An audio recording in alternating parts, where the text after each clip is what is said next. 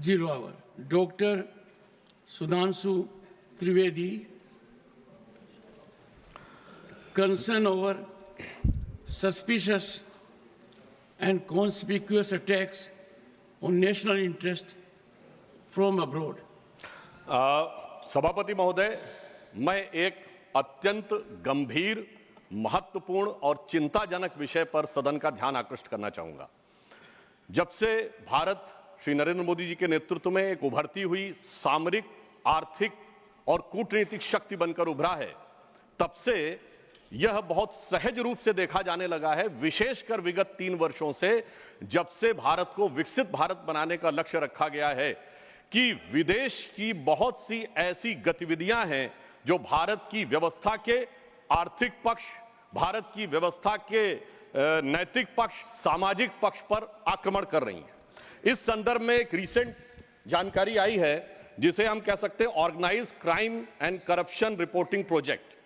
A French publication has recently published its own report based on its investigation on the Sarajevo-based OCCRP, Organized Crime Corruption Reporting Project. This new report of the media report has claimed. You will lay the report on the table of the House. जी। And इस report के अनुसार ये कहा गया है कि इस प्रोजेक्ट को फॉरेन गवर्नमेंट्स की फंडिंग है और उसका फोकस इंडिया के ऊपर भी है, और इस फॉरेन गवर्नमेंट की फंडिंग के साथ साथ जॉर्ज सोरोस के साथ भी इनका कनेक्शन है। अब ये केवल हम एक रिपोर्ट के आधार पर नहीं कह रहे हैं सभापति महोदय, मैं सदन का ध्यान आकृष्ट करना चाहूंगा कि विगत 3 वर्षों से ये क्या एक संयोग है कि जिस समय भारत की संसद का सत्र चलता है, मैं सिर्फ एक संयोग बता रहा हूं, भारतीय फार्मर्स के बारे में रिपोर्ट आती है 3 फरवरी 2021, बजट सत्र है 29 जनवरी 2021। पेगासस रिपोर्ट आती है 18 जुलाई 2021, मानसून सत्र है 19 जुलाई 2021। उसके बाद 31 जनवरी 2023 से भारत की संसद का बजट सत्र शुरू होता है और 24 जनवरी 2023 को हिंडनबर्ग रिपोर्ट आती है।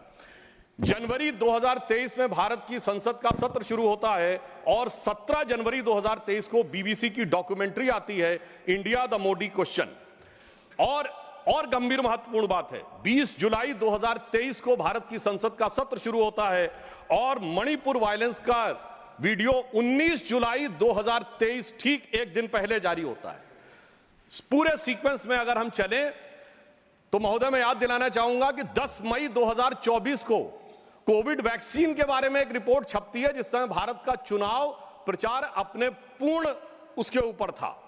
फिर अभी वर्तमान सत्र हम बताना चाहते हैं कि मानसून सत्र 22 जुलाई से 9 अगस्त के बीच में शुरू होता है और 10 अगस्त को हिंडनबर्ग की रिपोर्ट आती है। वर्तमान सत्र 25 नवंबर से प्रारंभ होता है और 20 नवंबर को अमेरिकन कोर्ट के एक अटॉर्नी की रिपोर्ट आती है एक बिजनेस हाउस के संदर्भ में। मैं सिर्फ देश के सामने बात रखना चाहता हूं।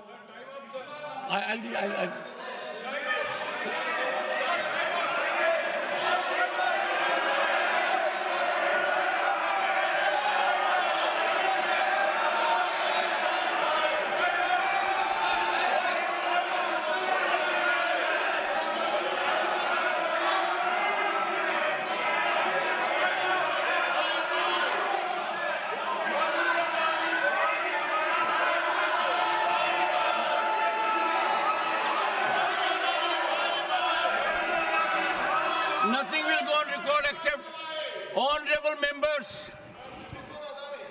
This is honorable members. I'll give honorable members. I will give time because listen to me. This is a very serious issue and we need to have opinion from everyone this side. We cannot allow largest democracy to be made dysfunctional by deep state anywhere else.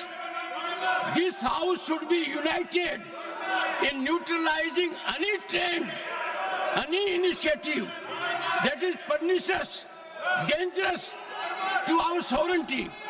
I allow Sudhanshu Trivedi to continue. मैं सिर्फ ये बताना चाहता हूं कि विगत चुनाव भारत के राजनीतिक इतिहास के एकमात्र चुनाव थे जब विदेश में कोई रिपोर्ट नहीं, मैं विपक्ष के सदस्यों से कहना चाहता हूं, रिपोर्ट नहीं, भारत के इतिहास का एकमात्र चुनाव था जब विदेश की एक गवर्नमेंट ने, रशियन गवर्नमेंट ने ऑफिशियल स्टेटमेंट दिया कि भारत के चुनावों में विदेशी हस्तक्षेप हो रहा है। ऐसा भारत के इतिहास में कभी नहीं हुआ और इसके बाद दूसरी सरकार के द्वारा उसका खंडन किया गया। महोदय, मैं अपने विपक्ष के साथियों से पूछना चाहता हूं कि ये जान के हो रहा है या अनजाने में? अगर अनजाने में हो रहा है तो ईमानदारी से आइए और खुलकर चर्चा करिए। यदि जान के हो रहा है तो मैं अनुरोध करना चाहूंगा कि इसके ऊपर गहन जांच होनी चाहिए, क्योंकि निरंतर मैंने, सभापति महोदय, मैंने कोई घटना कोट नहीं की है, मैंने केवल एक रिपोर्ट कोट नहीं की है, मैंने 3 वर्षों का सीक्वेंस दिया है और जो सदन में बैठा हुआ हर व्यक्ति इसके साथ, अपने साथ बिल्कुल साफ साफ उसे देख सकता है। और मगर मैं यह भी कहना चाहता हूं सभापति महोदय कि जिन लोगों के दिल में यह ख्वाब है, यह बड़ी एक सहज स्वाभाविक सी बात है, जिन लोगों के दिल में यह ख्वाब है कि वो भारत को झुका लेंगे, तो मैं उनसे कहना चाहता हूं कि हम श्री नरेंद्र मोदी जी के नेतृत्व में जिस प्रकार से आगे बढ़ रहे हैं, ये मत सोचें कि विदेश से किसी चीज का आज प्रभाव पड़ने वाला। आज भारत अपने स्वाभिमान के साथ आगे बढ़ रहा है। मैं उन लोगों के लिए कहना चाहूंगा, सर, जो विदेश में जाकर यह विचार करते हैं, जो कहते हैं डिफेंडर्स ऑफ डेमोक्रेसी यहां क्यों नहीं कर रहे हैं?